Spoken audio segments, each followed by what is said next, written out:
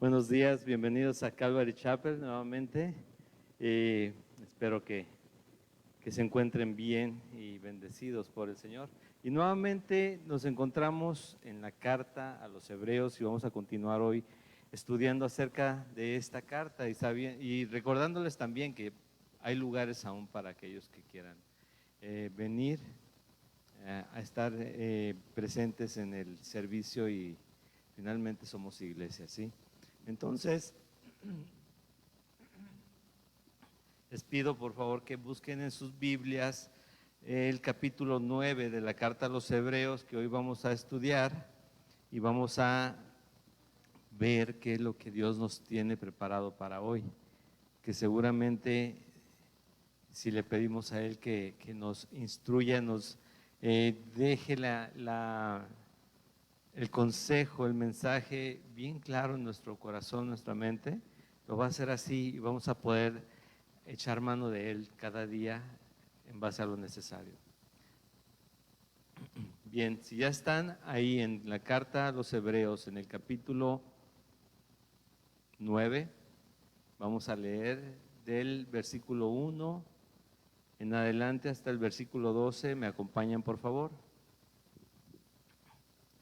Dice de esta manera: ahora bien, aún el primer pacto tenía ordenanzas de culto y un santuario terrenal, porque el tabernáculo estaba dispuesto así. En la primera parte, llamada el lugar santo, estaban el candelabro, la mesa y los panes de la propiciación. Tras el segundo velo estaba la parte del tabernáculo llamada el lugar santísimo, el cual tenía un incensario de oro y el arca del pacto cubierta de oro por todas partes, en la que estaba una urna de oro que contenía el maná, la vara de Aarón que reverdeció y las tablas del pacto. Y sobre ella los querubines de gloria que cubrían el propiciatorio, de las cuales cosas no se puede ahora hablar en detalle. Y así dispuestas estas cosas en la primera parte del tabernáculo, entran los sacerdotes continuamente para cumplir los oficios del culto.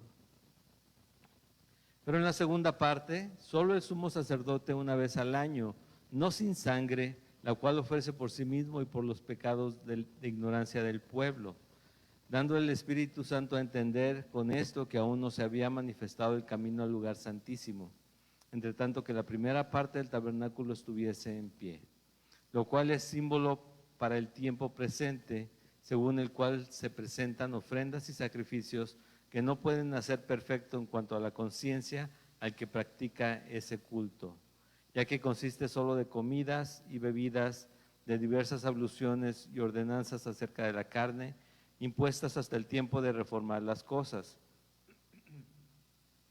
Pero estando ya presente Cristo, sumo sacerdote de los bienes venideros, por el más amplio y más perfecto tabernáculo, no hecho de manos, es decir, no de esta creación, y no por sangre de machos cabríos ni de becerros, sino por su propia sangre, entró una vez para siempre en el lugar santísimo, habiendo obtenido eterna redención. Vamos a orar para continuar con el estudio.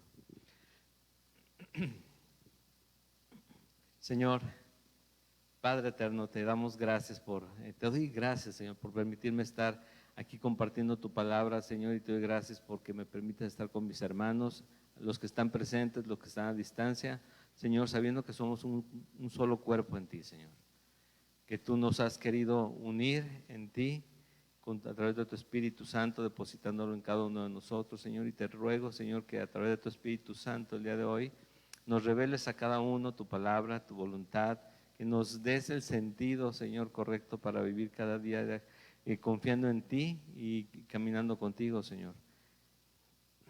Podemos este tiempo, lo pongo en tus manos, Señor, me pongo en tus manos, te ruego que nos guíes a toda verdad, Padre. En el nombre de Jesús, amén.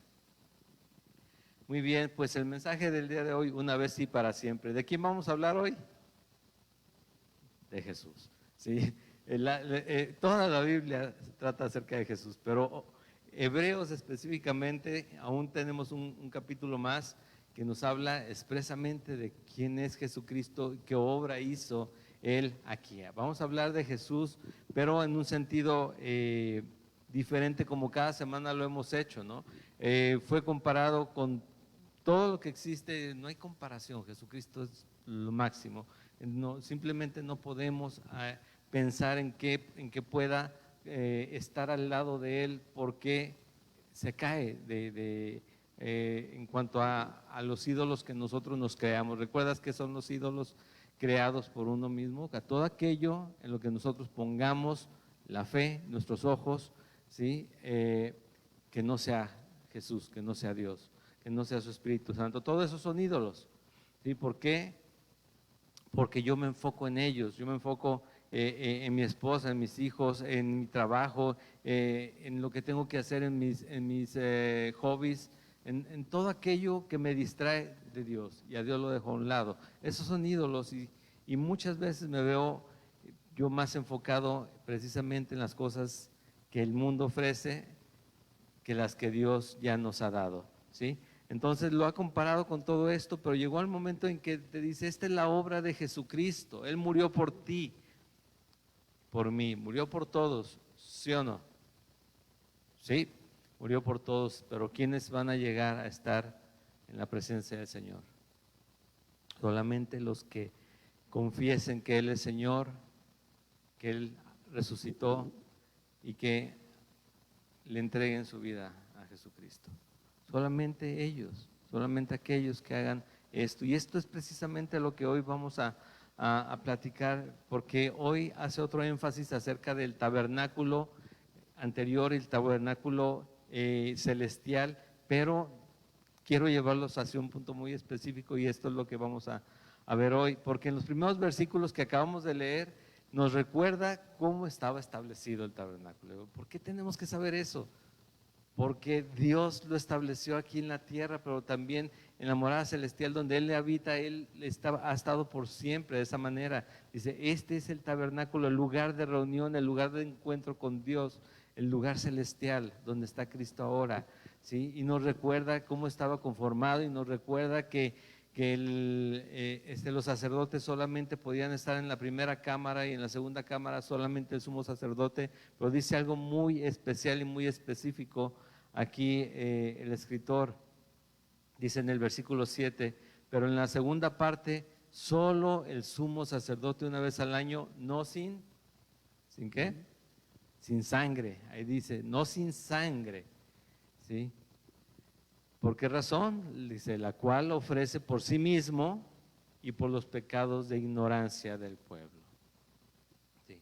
Pero les digo, detalla nuevamente un poco, no a fondo, porque el detalle de la obra del tabernáculo es muy larga, y los materiales y las formas, las medidas y todo lo demás, pero detalla a grosso modo lo que se hacía, pero el énfasis es en el sacrificio por el pago de los pecados, por la redención de la gente en cuanto a la falta que habían cometido. Dice, no sin sangre, ¿sí?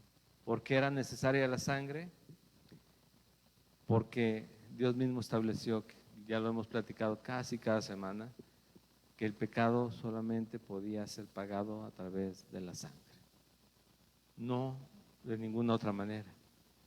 Por eso es importante considerar a Jesucristo como el único que pudo hacer esto. Ahora, yo quiero enfocarme en dos puntos el día de hoy, más que nada, dos puntos, pero vamos a ver varios más, y es el tema que dice en el versículo 7, que dice al final, no sin sangre, la cual ofrece por sí mismo. ¿Y por qué?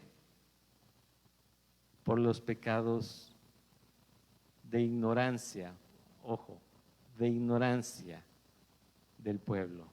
Pero también el versículo 14, que dice, cuánto más la sangre de Cristo, el cual mediante el Espíritu eterno se ofreció a sí mismo sin mancha a Dios, limpiará vuestras conciencias ¿de qué? De obras muertas, para que sirváis al Dios vivo. Entonces, ¿cuál fue el fin de que Jesucristo fuera el sacrificio, fuera el sacerdote, y lo hiciera una vez y para siempre? Una vez y para siempre. pagar los pecados de ignorancia y limpiar nuestras conciencias de obras muertas. Pero ¿cómo se ve esto en la vida real? ¿Cómo se ve esto en nuestra forma de pensar o de ver las cosas? Porque a veces no lo entendemos, ¿no? ¿Me pones, por favor, la primera diapositiva? Realmente no, hay un salmo y lo dice Dios, lo tenemos que creer y lo creemos, que dice: muéstrame, oh Dios, los pecados que me son ocultos, ¿no? Sí, porque a veces que empezamos a vivir conforme a la corriente del día a día y del mundo, que no nos damos cuenta las cosas que estamos haciendo que van en contra de Dios, pero la ignorancia va más allá de esto, ojo, esto es para iglesia, no para no creyentes, es para iglesia, porque le está hablando a los hebreos que ya eran creyentes en Jesucristo. ¿Sí? Una vez que has creído, tienes responsabilidad de conocer a tu Dios, a tu Señor, a Jesucristo. Y lo que está escrito y cómo te va definiendo el cada día, cómo te va mostrando cada día lo que es bueno para tu alma, lo que no es bueno para tu alma. ¿Qué es bueno para tu alma? Todo lo que te acerca a Dios. ¿Qué no es bueno? Todo lo que te separa del Señor. ¿Sí? Y hay muchísimas cosas en el mundo que nos separan del Señor. ¿Sí? Entonces, dice la primera diapositiva, no somos totalmente ignorantes en el sentido propio de la palabra, realmente no lo somos totalmente ignorantes. Muchas veces sí desconocemos algunas cosas, que algunas cosas son pecados, sobre todo porque todos lo hacen, ¿no? Entonces, o sea, ¿cómo Dios va a condenar a todos si todos lo hacen? Bueno, nunca lo hace la totalidad del mundo. Somos ignorantes al no dimensionar las consecuencias ahora como creyentes de nuestras acciones. ¿Por qué razón? Les menciono esto. Porque tenemos un concepto general de lo bueno y lo malo. Matar es ¿qué? Malo. Pero pensar mal de la gente. ¿Y qué es más malo? Según Dios, las dos cosas son iguales. ¿Sí? Entonces, ¿qué es malo? Pero ahora, ¿robar es malo? Pero ¿qué tal que me voy a buscar como los clones de esto y los clones de aquello y demás? Eso ya no lo considero tan malo porque ya le cambié de nombre, ¿sí? Y ahí es donde debo de empezar a ver qué dice Dios acerca de su palabra y cómo me veo cada día eligiendo qué hacer y qué no hacer. Porque una cosa es la ignorancia, porque de repente, no había tomado en cuenta esto. Pero otra cosa es, bueno, Dios no creo que, algún día me hicieron el comentario, yo no creo que Dios vaya a tomar en cuenta exactamente todos los pecados que cometamos al final. Si estás en Jesucristo, te has perdido perdón y en ese día tú ya dijiste: Señor, líbrame, por favor, límpiame, quiero estar bien contigo, Dios.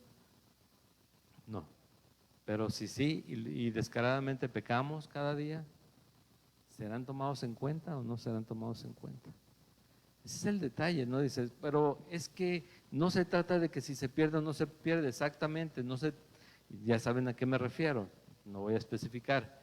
Se trata de a qué Dios sirvo y en qué Dios creo, como para vivir una vida de acuerdo a lo que Él quiere, de acuerdo a quién es Él, de acuerdo a su santidad, porque dice que busquemos la santidad sin la cual nadie verá a quién, a Dios. Entonces, ¿qué es lo que tenemos que buscar? Santidad. Y a veces decimos, ¿pero qué es la santidad? Pues vivir para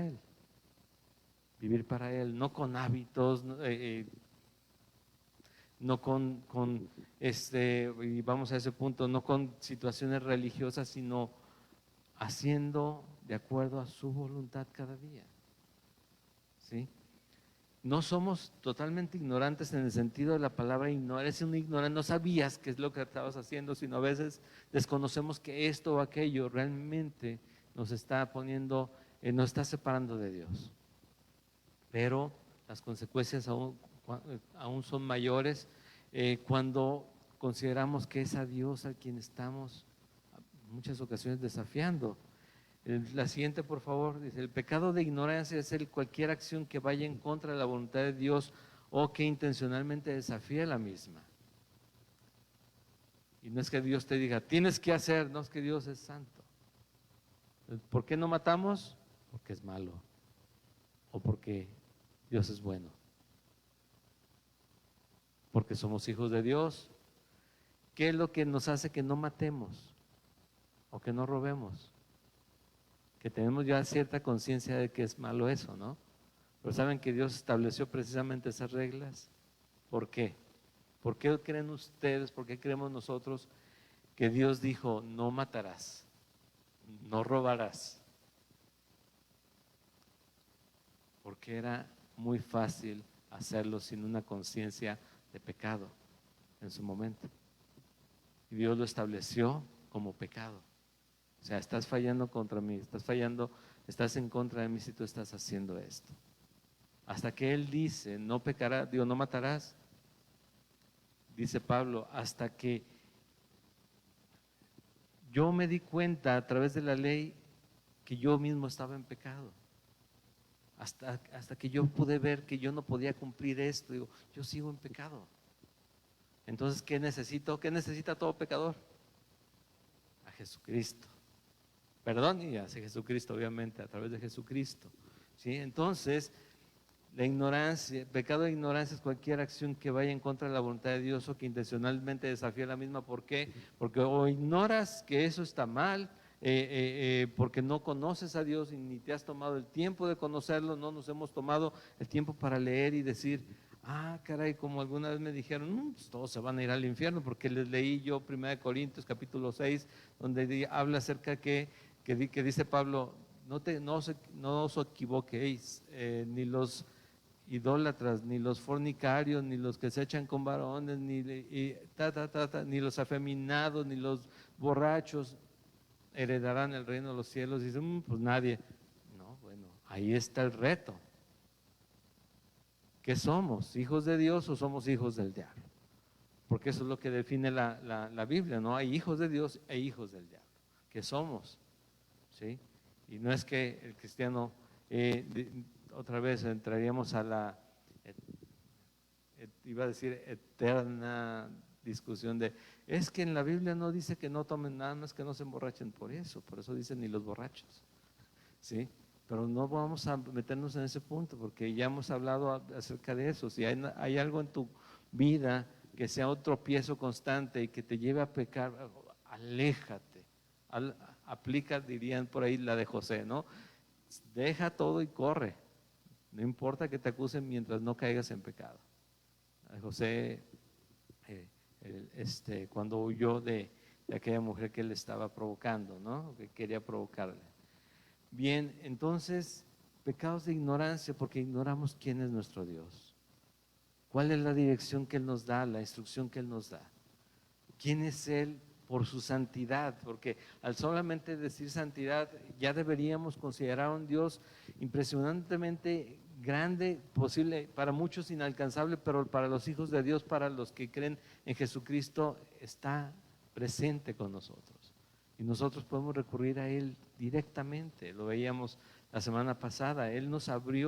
Jesús nos abrió la entrada al lugar santísimo, al trono de la gracia, y ahí llegar.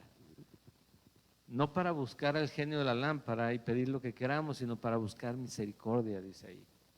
Dice su palabra, para buscar misericordia, porque cada día la necesitamos, ¿sí? Dice Pablo en la primera carta de Timoteo, en el capítulo 1, versículo 13, aquí está atrás, habiendo yo sido antes blasfemo, perseguidor e injuriador, mas fui recibido ¿a qué? A misericordia, porque lo hice por ignorancia en incredulidad. Pablo creía ser el más celoso de las cosas de Dios, ¿recuerdan? Él perseguía a cristianos para entregarlos por blasfemos y por herejes. Él creía estar bien con Dios, castigando a aquellos que hablaban de Jesucristo. Y en el tema del arrepentimiento, él dice, yo fui blasfemo, perseguidor e injuriador, pero la misericordia de Dios me alcanzó. Lo hice por ignorancia, yo no sabía que estaba mal, en incredulidad. Pero hay la contraparte de este mensaje también está en la segunda carta de Pedro, en el capítulo 2, en el versículo 20 y 21. Dice Pedro, ciertamente, si habiéndose ellos escapado de las contaminaciones del mundo por el conocimiento del Señor y Salvador Jesucristo, enredándose otra vez en ellas, ¿en qué cosas? En las contaminaciones del mundo, ¿sí? Son vencidos, su postrer estado, el estado que viene después en ellos mismos, ¿qué va a pasar? Viene a ser peor que el primero, porque mejor les hubiera sido no haber conocido el camino de la justicia, que es el de Jesucristo, que después haberlo conocido, volverse atrás del santo mandamiento que les fue dado. ¿Sí? Y veíamos en el discipulado la última vez que nos reunimos, que se espera un mundo apóstata, cristianos que reniegan de la fe al final de los tiempos. Ya está sucediendo, con gente que duró décadas en la fe y llevando a mucha gente al conocimiento de la palabra, al conocimiento de Jesús, a entender el sacrificio de Jesucristo, y que se están retirando, se están apartando de la fe. Pero hay que tener muy presente esto, ¿sí? Y ahora, obras muertas. ¿Qué sucede con las obras muertas? Porque no es la primera vez que lo menciona, sino ya se han mencionado varias veces en Hebreos. Y ¿cuáles son estas obras muertas?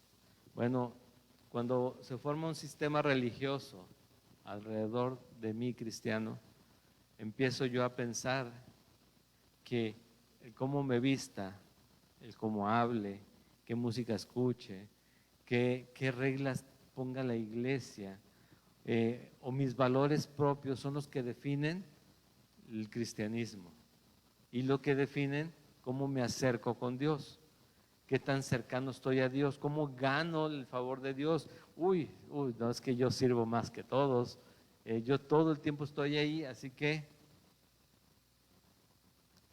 Dios seguramente tiene más favor conmigo, o mis pecados son perdonados, o peor tantito, son condonados, o sea, no son tomados en cuenta cuando es un error, ¿sí?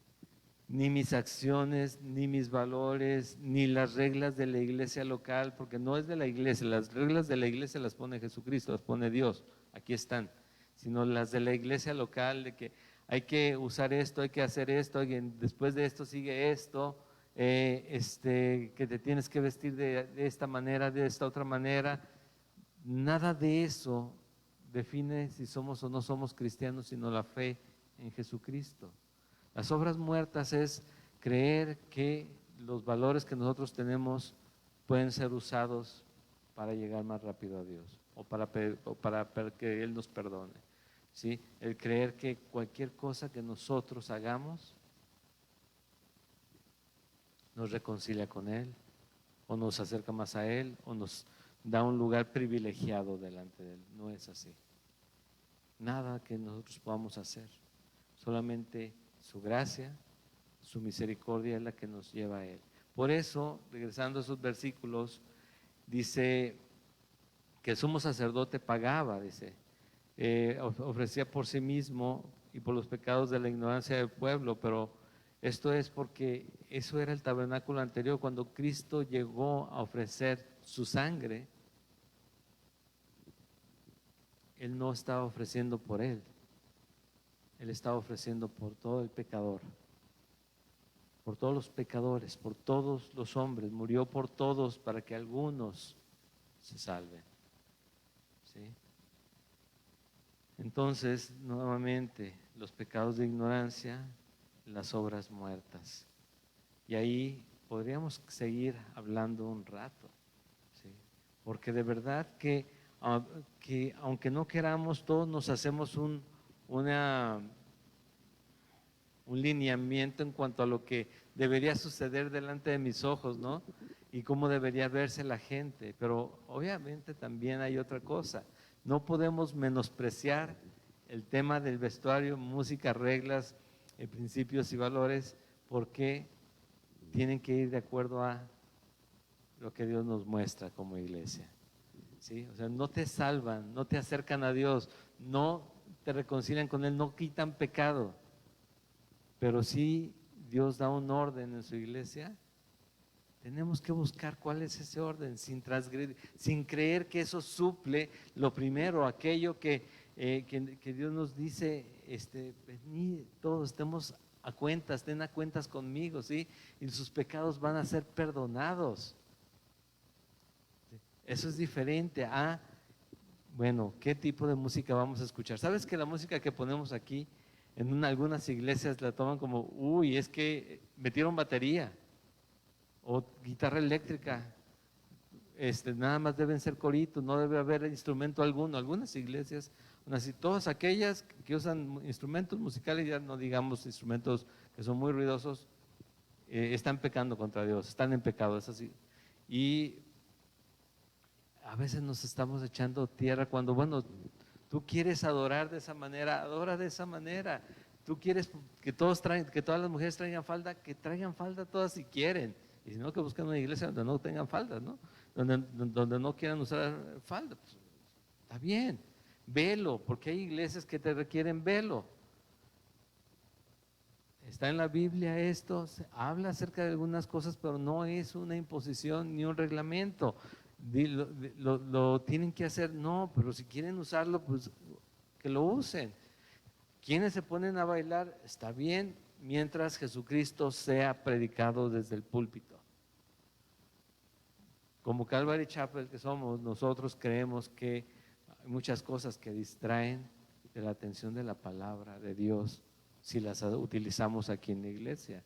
Y terminamos enfocados en otras cosas, no en Jesucristo, y no en su obra, no en Dios. Entonces las quitamos, no tenemos que bailar. Podríamos, pero estaríamos más, yo lo he visto, buscaríamos más la emoción que a Dios. ¿Sí? Estaríamos en el tema de ir a hacer mi ejercicio semanal, ¿no? Porque yo los he visto brincar, bailar y demás. No los critico, si aman a Dios, gloria a Dios. Pero yo digo, si yo hago eso, no me quedan energía ni para escuchar la palabra. De verdad. Me distraigo más en otra cosa y esto fue mi ofrenda a Dios. Y qué tal lo que Él me quería dar ese domingo cuando todos nos reunimos para escuchar como iglesia su consejo y no recibimos el consejo. Pero si lo pueden hacer, gloria a Dios por eso. Sí, qué bueno. Pero el vestuario, otra vez les digo, iglesia local, horarios, sí, como experiencia pequeña. En algún tiempo, yo en otra iglesia me desesperaba mucho porque los músicos empezaban como a las 10 o 15 minutos después de la hora que estaba escrito que empezábamos nuestro servicio. Y una vez preguntando, porque yo era encargado de ver que todo estuviera funcionando de orden, digo, ¿pero por qué empiezan tan tarde si ya todos están arriba? Es que la gracia de Dios también tenemos que extenderla a la gente que llega tarde y la gente que llega temprano. ¿Y qué es más fácil? Que la gente que llega temprano diga, oye, qué falta de respeto. A que los que llegan tarde digan, ay, gracias por la consideración, se les ve toda la gracia y misericordia de Dios para mí que llego tarde todos los días. ¿Qué sería lo más prudente hacer? Enseñarle a los que llegan tarde que nuestro servicio empieza a tales horas. O decir, no, pues que lleguen a la hora que quieran. Nosotros empezamos cuando ustedes lleguen. ¿Sí? Es Dios, ¿a quién vamos a agradar? ¿A Dios o al mundo? Entonces, sí hay una forma de hacer las cosas en orden para honrar a nuestro Dios santo. ¿Sí? Y tenemos que buscar que eso suceda y que los valores del Señor sean los que nos llenen, para que no nos juzguemos por cómo nos vemos o nos vestimos, sino por quiénes somos y a quién creemos. Pero obviamente el punto del pasaje es, o que les quiero recordar es, hay que tomar en cuenta mucho esto. Sí, hay un pecado de ignorancia y Jesucristo está intercediendo por nosotros, pero una vez que nos revela a nosotros que estamos pecando, tenemos que escucharlo y tenemos que ponernos a cuentas con Él. Tenemos que ver las obras muertas que no nos llevan a ningún lado y nuevamente dejar a un lado nuestras diferencias y enfocarnos en aquel que nos une completamente.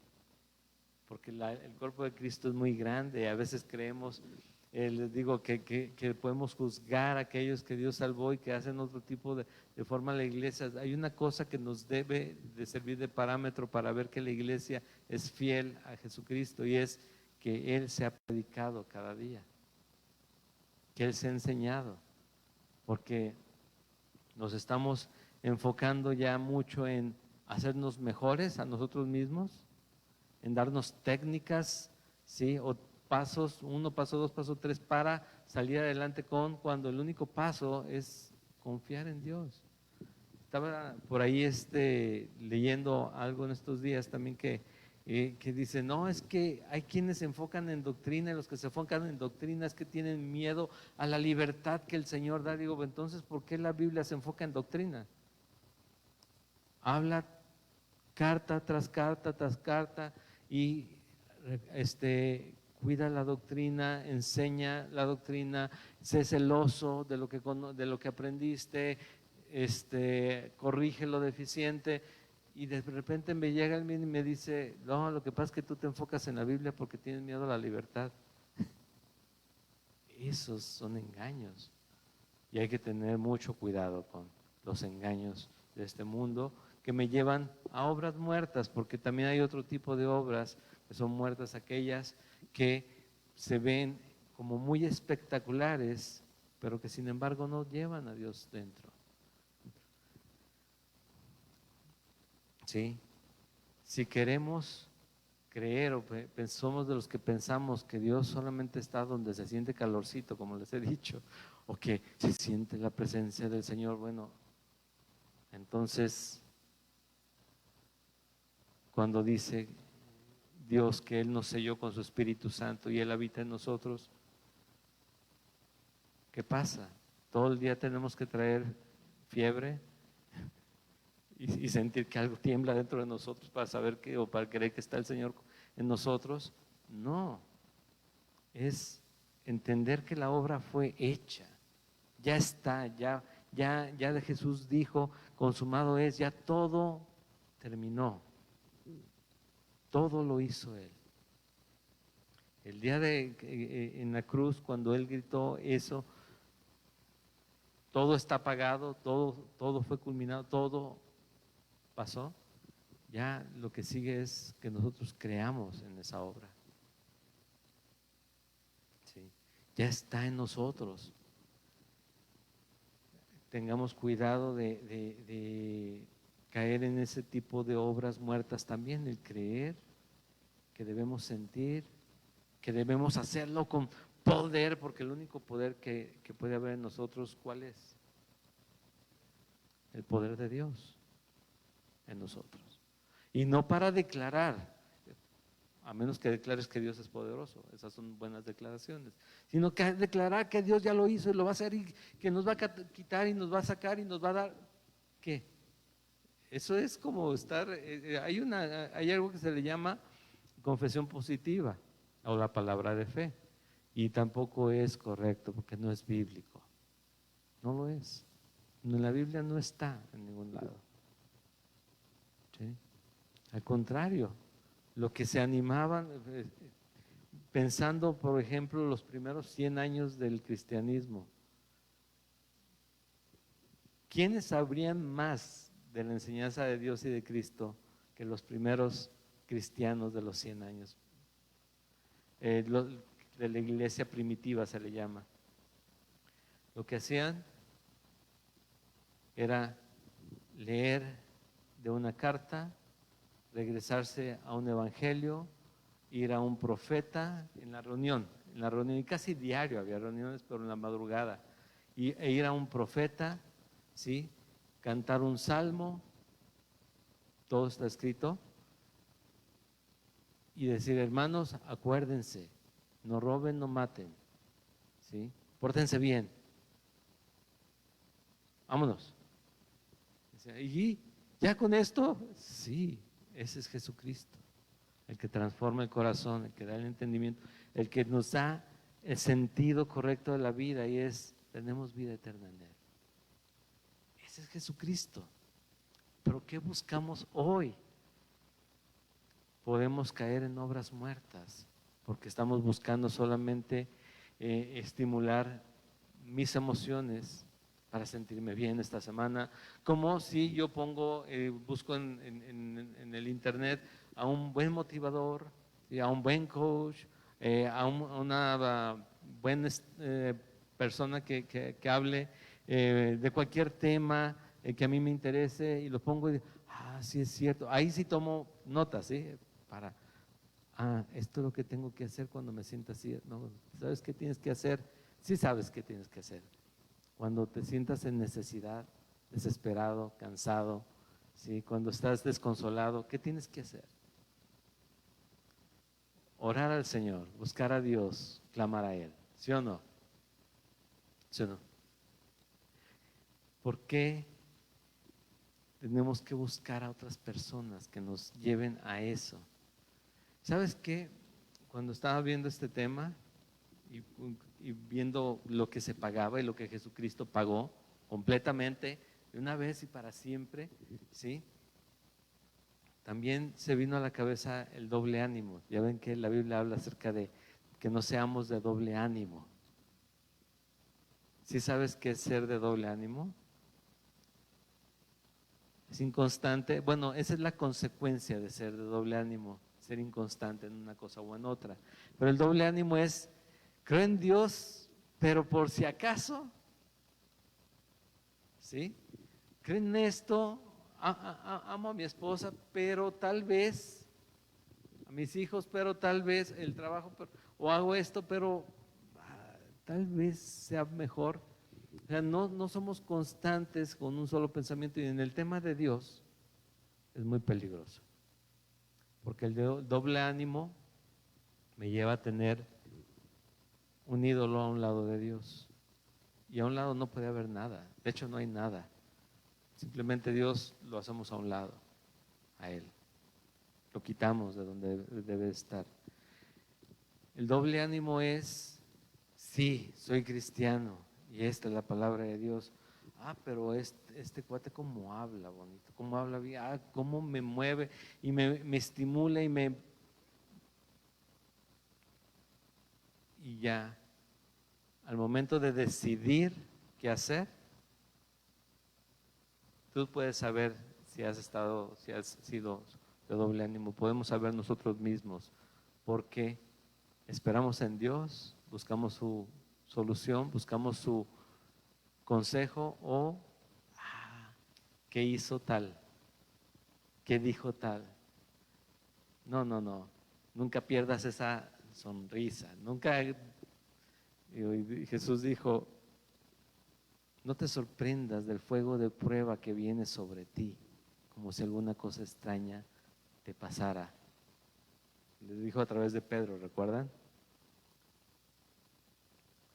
No, dice, no te sorprendas de lo que te está cayendo encima, de lo que te está ocasionando ese dolor. No te sorprendas de lo que estás sufriendo hoy. Dice, si es en nombre de Jesús, gózate. ¿Cómo me gozo en eso? Conoce a Jesucristo y te va a recordar, ya pagué eso también, y te va a recordar que Él tiene el control, y que en el momento menos esperado Él va a proveer la solución a tu situación, siempre. ¿Y por qué no levantó a aquella persona de la cama, aquel hermano que estaba con cáncer? ¿No le proveyó la solución? Es que se murió. Por eso. ¿Cómo puede ser una solución? Bueno, ¿de qué manera vamos a ver al Señor? No es para que nosotros busquemos eso, ¿ok? Es para que entendamos que la única manera de llegar con nuestro Señor, y eso es muy claro, cada rato lo repito, es cruzando el umbral de la muerte. Y ahí ya se acabó todo lo anterior.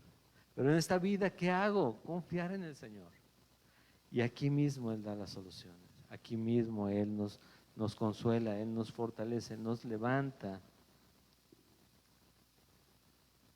Y que un día podamos decir, para mí, el vivir es Cristo y el morir es ganancia. ¿Quién lo dijo? Pablo.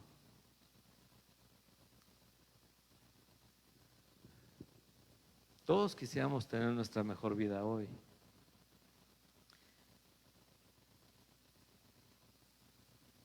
Pero Dios es el único que sabe si vamos a cambiar un tanto aquí. Pero nuestra mejor vida hoy, digo, no es aquí. Nuestra mejor vida es la eterna. Y tenemos que caminar con esa fe. En la vida eterna. En la vida eterna. Y pensar y tener presente que no se trata de lo que yo haga, no se trata, bueno, otra forma de llamar obras muertas, pensando en esto, es lo que dijo Isaías, que todo lo que nosotros hagamos son como trapos de inmundicia. Todo lo que podamos hacer para Dios, dice, son trapos de inmundicia. Y más comparados con Dios, que Él mismo se hizo hombre, viene a la tierra en forma de un niño, crece, predica el reino de Dios, muere en la cruz derramando su sangre por ti y por mí. ¿Qué se compara con eso? Nada se compara con la muerte de Jesús por nosotros y su resurrección con poder para salvarnos a todos nosotros. Dice en Efesios capítulo 4, versículo 17 al 19, aquí están, esto pues digo y requiero en el Señor, que ya no andéis como los otros gentiles. ¿Quiénes eran los gentiles? Los que no eran creyentes, los que no eran judíos, perdón, pero los que no creen tampoco en Dios, que andan en la vanidad de su mente, teniendo el entendimiento entenebrecido, ajenos de la vida de Dios por la ignorancia que en ellos hay, por la dureza de su corazón, los cuales después que perdieron toda sensibilidad se entregaron a la lascivia para cometer con avidez toda clase de impureza. Esto pues digo y requiero en el Señor que ya no andéis como los otros, que por un entendimiento entenebrecido, oscuro, que no le da lugar a Dios, ajenos de la vida de Dios, por ignorancia, ¿sí?, y dureza de su corazón, se entregan a lo que ellos quieren. Y seamos conscientes, como dice en 1 Juan capítulo 1, versículo 8 y 9, y si decimos que no tenemos pecado, ¿qué sucede? Nos engañamos a nosotros mismos. Y la verdad que no está en nosotros. ¿Sí? Si confesamos nuestros pecados, ¿qué sucede? Él, Jesús, es fiel y justo para perdonar nuestros pecados y limpiarnos de toda maldad.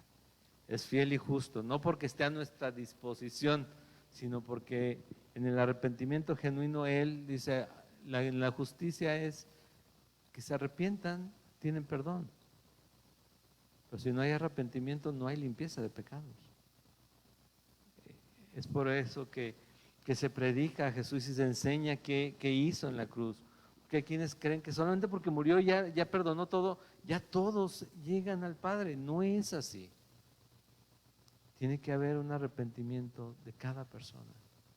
Cada persona viene a ser hijo de Dios cuando recibe esa instrucción.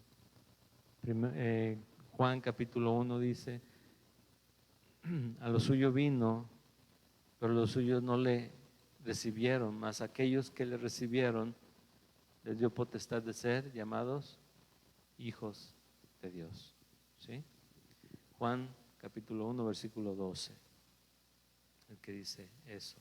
Y entonces ya tiene sentido qué hizo Jesús, el mediador del nuevo pacto, como lo dice en el versículo 15. Así que, en el versículo 15 de Hebreos capítulo 9, así que por eso el mediador de un nuevo pacto es mediador de un nuevo pacto para que interviniendo la muerte, para la remisión de las transgresiones que había bajo el primer pacto, los llamados reciban ¿qué? La promesa de la herencia eterna. ¿Sí? Los llamados reciban la promesa de la herencia eterna. Pero, ojo, cada parte de este versículo. Así que, por las razones que acabamos de ver, dice, Él es mediador, Él es el intercesor intermediario de un nuevo pacto. Y si recuerdan el nuevo pacto, ¿no? El nuevo pacto es ya no se requieren o no son necesarios o ya no son útiles el traer los animalitos, el hacer todo el rito ceremonial, ungir con sangre cada esquina del todo lo que sucedía antes. Ahora Jesucristo ya lo hizo. Ese es el nuevo pacto. Él ya pagó, Él ya entregó su sangre por nosotros, ya nos compró, ese fue el precio. ¿Por qué? Porque intervino la muerte, pero ojo, no la muerte como ente, sino la muerte como un hecho. Él murió porque Él fue y venció a la muerte, ¿recuerdan? Para la remisión, para quitar las transgresiones que había bajo el primer pacto. Aquí es algo muy interesante, porque muchos dirían, ¿qué pasó entonces con aquellos que murieron? Y que dice aquí en Hebreos que los sacrificios que hacía el sacerdote humano no servían sino para cubrir los pecados. Es interesante porque cuando Jesucristo muere y resucita, termina esa obra que en el Antiguo Testamento se hizo a través de los sacrificios y ofrendas cubriendo el pecado, cubriendo. Se ve feo esto, vamos a taparlo. Pero en el momento que Jesús murió, todo eso se hizo efectivo, y por eso es que Él, cuando baja a las profundidades, lleva consigo la cautividad, ¿recuerdan? Sí, y Él liberó a aquellos que habían muerto como creyentes, porque ahí se cumplió su obra, también en aquellos creyentes. Y ¿qué sucede? La purificación que Jesús hizo fue a través de su sangre. Dice en el versículo 11 del Levítico 17, dice, porque la vida de la carne en la sangre está, y yo os la he dado para hacer expiación sobre el altar por vuestras almas, y la misma sangre hará expiación por las personas. Dios dijo, solamente la sangre paga el pecado, la sangre. Cristo llegó al altar, llegó al lugar santísimo, y Él nos llevó con Él para limpiarnos de obras muertas, para limpiarnos del pecado, ¿sí? A todos los que creamos en Él. Aquellos que rechazan o que simplemente dicen, sí, ok, bueno, está bien, gracias. Ya me dijeron que yo soy salvo. ¿Salvo de qué o cómo que? Si tu vida sigue reflejando que Jesucristo no gobierna en ella, ¿qué te puedo decir? No hay salvación. ¿Sí? Necesitamos predicar a Jesucristo y el perdón de los pecados. Y es interesante, últimos versículos de este capítulo de Hebreos 27 y 28 dicen, y de la manera que está establecido para los hombres que muera una sola vez y después de esto el juicio, de esa misma manera, así también Cristo fue ofrecido una sola vez para llevar los pecados de muchos. ¿De cuántos? De muchos. ¿Seremos muchos en la tierra? ¿A través de todos los tiempos? Sí, de muchos. Y aparecerá por segunda vez en relación con el pecado para salvar a quienes? A los que le esperan. No a los que no quieren saber de Él, no a los que lo rechazan, no a los que no lo han buscado, sino a los que le esperan. ¿Sí?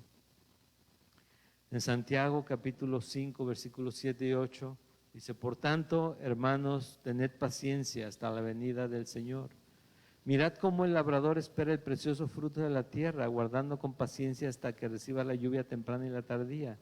Tened también vosotros paciencia y afirmad vuestros corazones, porque la venida del Señor se acerca.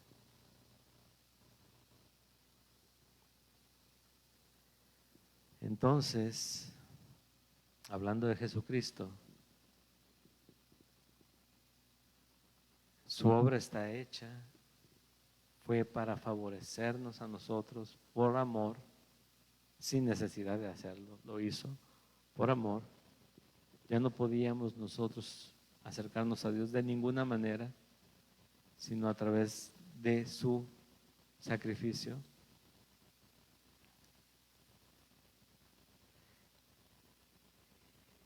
Y fue ofrecido una sola vez, para siempre. Y lo interesante es que Él regresa. Les preguntaba hace unos días que cómo se ve el mundo, ¿no? O sea, Jesucristo lo estamos esperando de nuevo desde que Él se fue, ¿sí?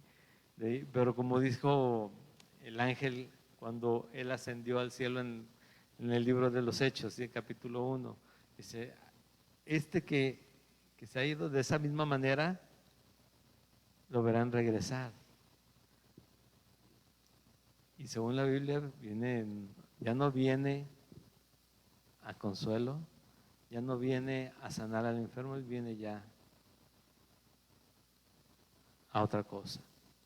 Y es tiempo de buscarlo a Él, de entregarnos en sus manos. Es tiempo de caminar con Él, de creerlo y predicarlo, anunciarlo. Jesucristo vuelve pronto. ¿Recuerdan que seguido lo mencionamos? Pedro dice, lo que muchos tienen por tardanza es porque Dios no quiere que nadie se pierda, sino todos vengan a arrepentimiento, ojo, arrepentimiento para salvación. ¿Sí? Así que Jesucristo vuelve, la venida del Señor se acerca, dice, afirmad también, tened también vosotros paciencia y afirmad vuestros corazones, porque la venida del Señor se acerca. Amén. De eso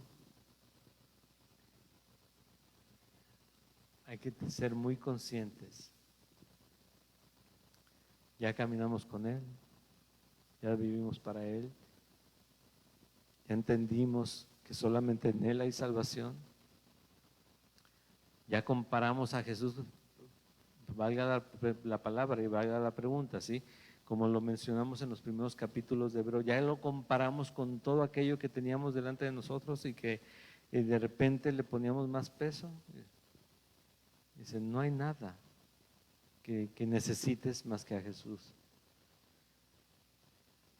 Y de aquí en adelante, los 4 últimos capítulos, vamos a ver precisamente lo práctico de vivir en la fe. ¿Sí? Este es Jesucristo, el que murió por ti, que murió por mí, que lo hizo por amor, que regresa pronto. Y si no lo vemos regresar y Él nos lleve con Él, vamos a verlo de todos modos antes, porque tenemos una cita. En algún día, no sabemos cuándo, no sabemos si es hoy, si es mañana, pero un día lo vamos a ver y que podamos entregar buenas cuentas al Señor cada día. ¿Sí? Vamos a orar para terminar. Padre eterno, gracias por tu misericordia, gracias por tu amor, tu perdón, Señor. Gracias por recordarnos que tenemos un Salvador, que tenemos un Redentor que pagó por nosotros. Gracias por recordarnos que tú nos guías, Señor, y tenemos tu Espíritu Santo como garantía en nosotros. Te tenemos a ti, tu palabra. Te ruego, Señor, que nos des hambre por ti y necesidad de anunciarte a los demás. Padre, gracias por la confianza que cada día afirmas en nuestro corazón, Señor, y que en estos tiempos tan necesarios, Señor, siempre, pero en estos tiempos más. Fortalece el entendimiento de mis hermanos, Señor, la confianza en su corazón, Señor, que estén en ti confiados, Señor, cada día. Que nuestras fuerzas, conocimientos, capacidades se queden a un lado. Que tu poder se manifieste y se perfeccione en nosotros, Señor. Y que cada día lo podamos vivir como el último por ti y para ti. Bendice a mis hermanos, Señor, presentes y a los que están a la distancia, a todos aquellos que puedan escuchar este mensaje y que tú hayas querido tocar sus vidas, Señor. En el nombre de Jesús, amén.